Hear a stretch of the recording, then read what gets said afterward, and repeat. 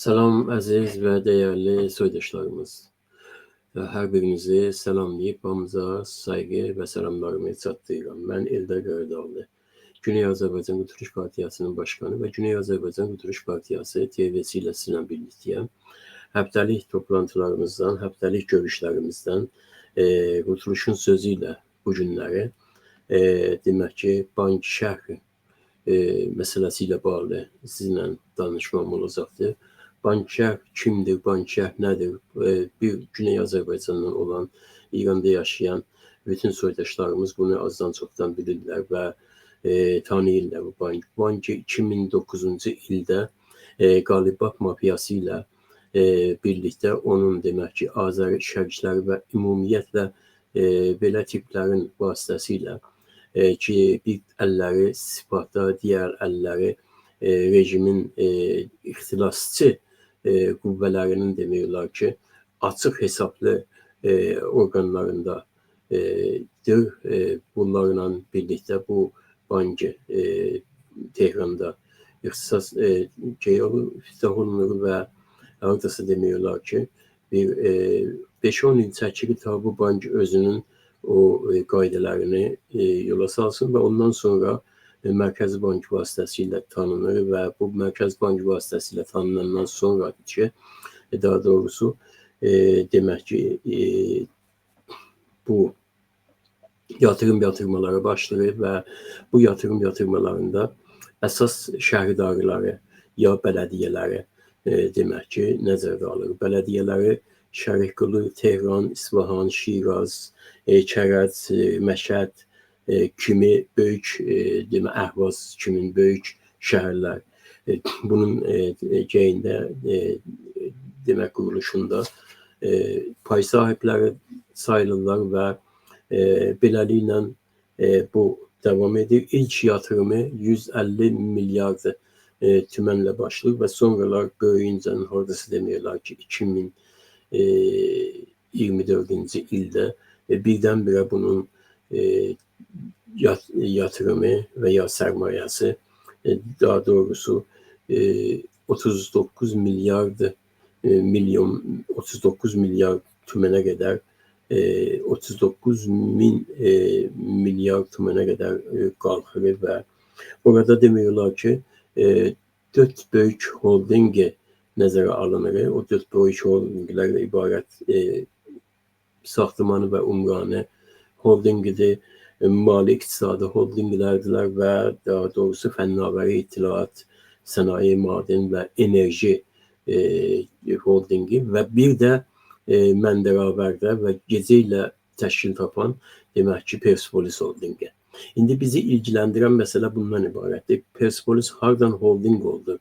Persepolis nədən birdən-birə holdingə çevrildi? Halbuki Persepolis demək olar ki, hər zaman hakimiyyət tərəfindən, faşizm rejimi tərəfindən, istərsə bundan öncəki şah tərəfindən, istərsə indiki Cümhur İslamı tərəfindən himayə olunmuş, maliyyələşdirilmiş və federasyon bir futbol takımıdır. Və bu federasyon futbol takımının hardan, nədən gəlib holding olması, hansı sərmayələri, hansı şirkətləri vardı ki, bunu holding hesablarlar, amma hesablayırlar və bunun adına da demək ki 340 min milyar tümən hesab açırlar. İndi bu qəribə bir şeydir. 300 demək ki 40 min milyard hardan gəlir və nədən gəlir? Bu özü çox hesabların birisidir. Ancaq burada əlbəttə ki rejimin birbaşa təhidə əsasında bu verilir və bunu da ünvanlayırlar ki, güya ki bu holdingin kulli sərmayəsi 340 min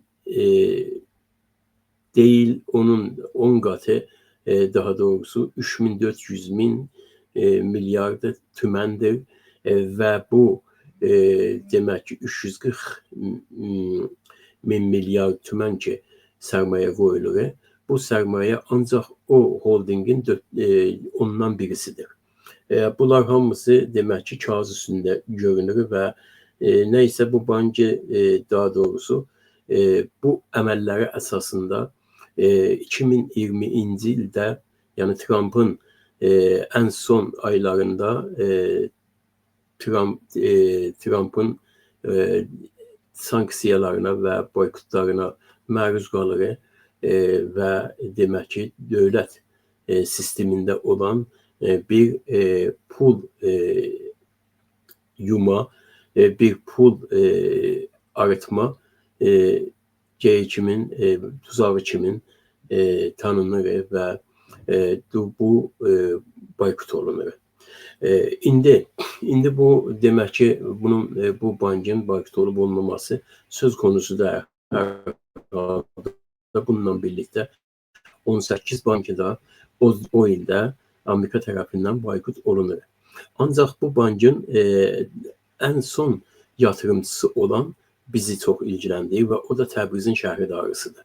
Təbrizin şəhərdarısı son ildə, yəni bu ilin demək ki, ilk başlarında açıq aydın təzyiqlər və baskılar vasitəsilə daha doğrusu bu banka yatırma məcburiyyətində qalır və bu bankın yatırma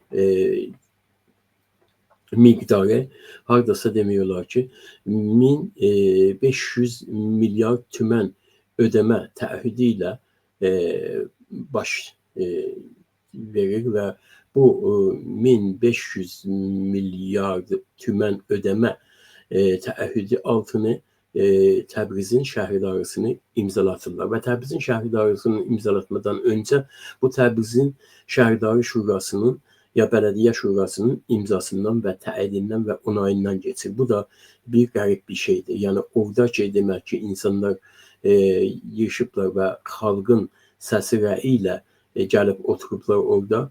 Bunlar birbaşa demək ki, bu millətə, bu xalqa xıyanət imzasını atırlar. Nədən xıyanət imzasını? Ondan ötürü ki, dediyim, indi birazdan da buna işarə etdiyim olacaqdır ki, Persepolis demiyorlar ki, federasyonun indişah zamanında və bu zamanda da, bu mevcut rejimin zamanında da sırf anti-Azərbaycan və anti-Türk projesi kimin ortaya qoyulur və bu birbaşa federasyonun timi kimin, federasyonun demək sevgilisi kimi malılaşır və bunun da ən böyük qayəsi Azərbaycan Türk millətinə olan nifrəti və Türk millətinə ümumiyyətlə olan nifrətidir. Bu baxımdan da diqqət eləsəniz, demək ki, Azərbaycanın traktor takımı ilə İranın Persepolis takımı bir-biri ilə yarışanda hər zaman Persepolis tərəfindən demək şüarlar verilir, anti-Azərbaycan, anti-Türk şüarlar verilir, etnik şüarları verilir və bu etnik şüarların da əsasında təhqiramiz demək ki, şüarlar indi orada 1, 2, 3, 5 ağızdan deyil, bəlkə daha doğrusu 100.000 ağızdan çıxır. Bu da çox təşkilatlanmış və çox sazmandehli olunmuş bir sistemdir ki, federasyon tərəfindən birbaşa bu ortaya qoyulur. İndi bunun büdcəsinin, bunun sponsorluğunun Azərbaycanın Təbriz şəhərdarısının, Təbriz bələdiyyəsinin olması daha doğrusu çox sancı verici və ağrı vericidir. Məsələ bundan ibarətdir ki, Təbrizin demək ki, şəhərdarısı son illərdə, yəni bu ilin ilk aylarından etibarən ki 1500 milyar tümən sərmayə qoymağa məcbur olur. Bu sərmayə bütün bu demək ki bankın %7'sini təşkil edir. Bu bankın bütün yatırımının %7'sini təşkil edir. Yəni bu demək ki Təbriz bu bankın ən böyük səhmidarı olur, Təbriz şəhərdarı. Ən böyük, bəlkə Tehrandan sonra, bəlkə Tehranın daha doğrusu sərmayəsi bundan çox ola bilər, onu bilmirəm, deyə bilmərəm. Amma hesablasız ki, demək ki, burada hardasa 10 şəhərdardan daha çox şəhərdarı vardı. Demək ki, 1500 milyar tümən ödəmə təahhüdü tək başına 35 min milyar tümənin hardasa %7'sinə təsadüf edir və bu %7'si çox böyük bir rəqəmdir. İndi bu rəqəm, yəni %7 rəqəm nə deməkdir? %7 rəqəm bu deməkdir ki, bu bankın Persepolis'e illik verdiği demək ki, kömək və ya yardım ya sponsoruyla eynidir. Yəni bir ilin içində bu bank Persepolis timinə, takımına 1500 yani 1500 milyar tümən pul veribdir. 2 ildə veribdir. Demək ki 3000 milyar tümən veribdir. Və bunun da hardasa bir illiyi tamamilə təsadüf edir Təbrizin şəhərdarısının verdiyi tərhidə əsasən. Yəni bu demək olur ki, Təbrizin şəhərdarısı birbaşa Tehranın, Persepolis'inin, Tehranın Pan-Fars timini və eyni zamanda çox şiddətlə anti-Türk timini təbliğ edir, təşviq edir və ona mali imkanlar verir və bu mali imkanları da demiyorlar ki, banka yatırım havası ilə ortaya qoyur. İndi bu məsələni nəzərə alaq.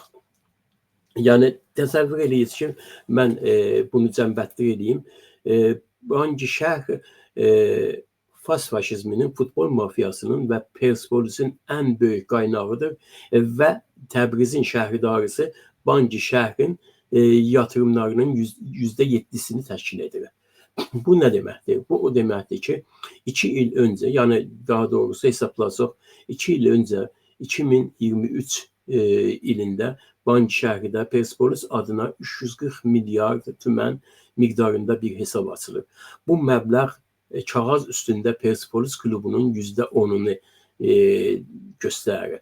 Ancaq sonra həmin bank Persepolis klubuna dərhal demək ki, şirini pulu olaraq 2 milyon dolar kredit ayırır.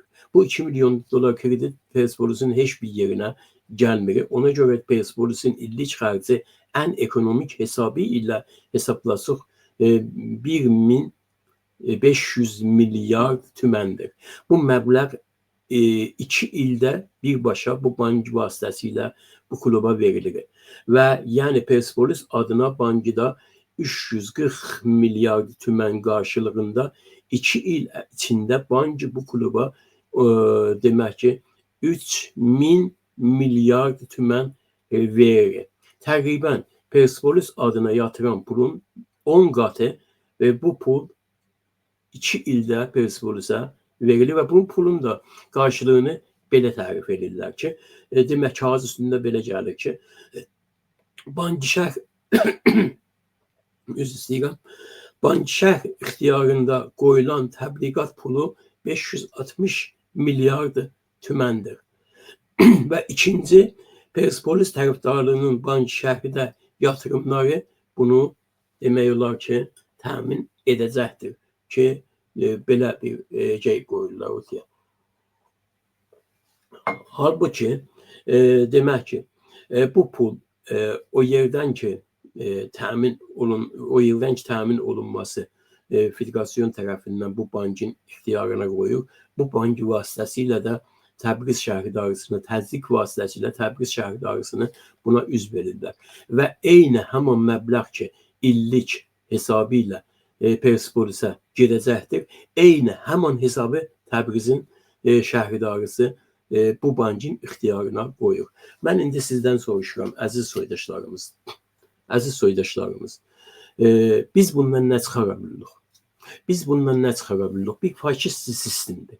Bu faşist sistemin quruluşu, təməli, əsas qayəsi anti-Türkçülük və anti-Azərbaycançılıq üzərində qurulubdur. Və onun bir timi var, 2 timi vardı. Bir timi budur, birisi də İstiklaldır. O ikinci rəddə, bu tək birinci rəddə dayandığına görə biz bunu mübahisə edirik. Təbii ki, o da çıxacaqdır sonra üzə, onun da üstündə danışacaq, söhbət eləyəcək. Ancaq bu demək ki,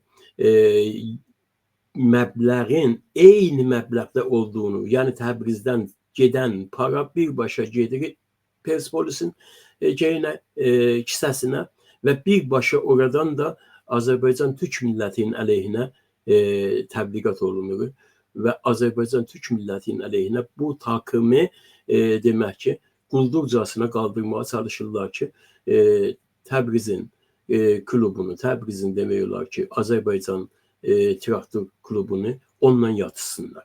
İndi sizdən soruşmaq istəyirəm, əziz soydaşlarımız. Təbrizin bələdiyyəsinin bu düşüncəsi, bu fikri, bu ortaya qoyduğu xiyanəti biz nə ilə hesablayaq? Biz nə ilə hesablayaq ki, orada demək millətin pulunu, millətin cib xərcini, millətin çörək pulunu götürüb və buradan göndərirlər Tehrana ki, Tehranın faşist timini tərbiyyət eləsinlər bizim əleyhimizə. Bu birbaşa Təbrizin Tehrana olan bağlılığı, birbaşa demək ki, Azərbaycanın istimarı, Azərbaycanın istismarını, Azərbaycanın sümürgəçiliyini göstərir. Azərbaycan bu günləri sadəcə mədənlərdə deyil, sadəcə qızılında, sadəcə misində, sadəcə demək ki, mərmərində, travertənində, sadəcə yeraltı, yerüstü sərvətlərində deyil, sadəcə beyində deyil, sadəcə gəncliyində deyil, bəlkə bütünlüklə demək olar ki, sərmayası ilə bu rejimin sümürgəsi altındadır. Ona görə də bizə təkcə yol qalır. Təkcə yol budur. Qurtuluş yolu, təkcə yolumuz istiqlaliyyət yolu, təkcə yolumuz birbaşa bu mənfur sistemdən qurtarıb və özümüzün əlacımıza özümüz yetirməyimizdir. Bundan başqa bizim yolumuz yox. Demək ki, əziz soydaşlarımız, biz Güney Azərbaycan Qurtuluş Partiyası olaraq hər zaman millətimizin bu çağrılarını sizinlə axtarıb paylaşacağıq. Həftədə 3 gün bizi izləyiz lütfən. Həftədə 3 gün ikinci günlər, yəni seçənbə günləri, yəni pənşənbə günləri, yəni şənbə günləri demək ki, bizləri lütfən izləyiz, bizi tərbiyyət ediyiz, bizi izləyiz, bizə abunə oluz, YouTube-umuza abunə oluz, başqa platformlarımızdan bizi təqib ediyiz və biz də demək olar ki, sizin dərdlərinizi çatdırmaq üçün sizin gücünüzə dayanaraq, əziz Türk millətimizin gücünə dayanaraq, əziz Azərbaycanımızın, Güney Azərbaycanımızın dərdlərini paylaşmağa demək ki, qadir olmuş olaq. Çox sağ olasınız, var olasınız. Gələn verilişlərə qədər sizə can sağlığı arzu edirik.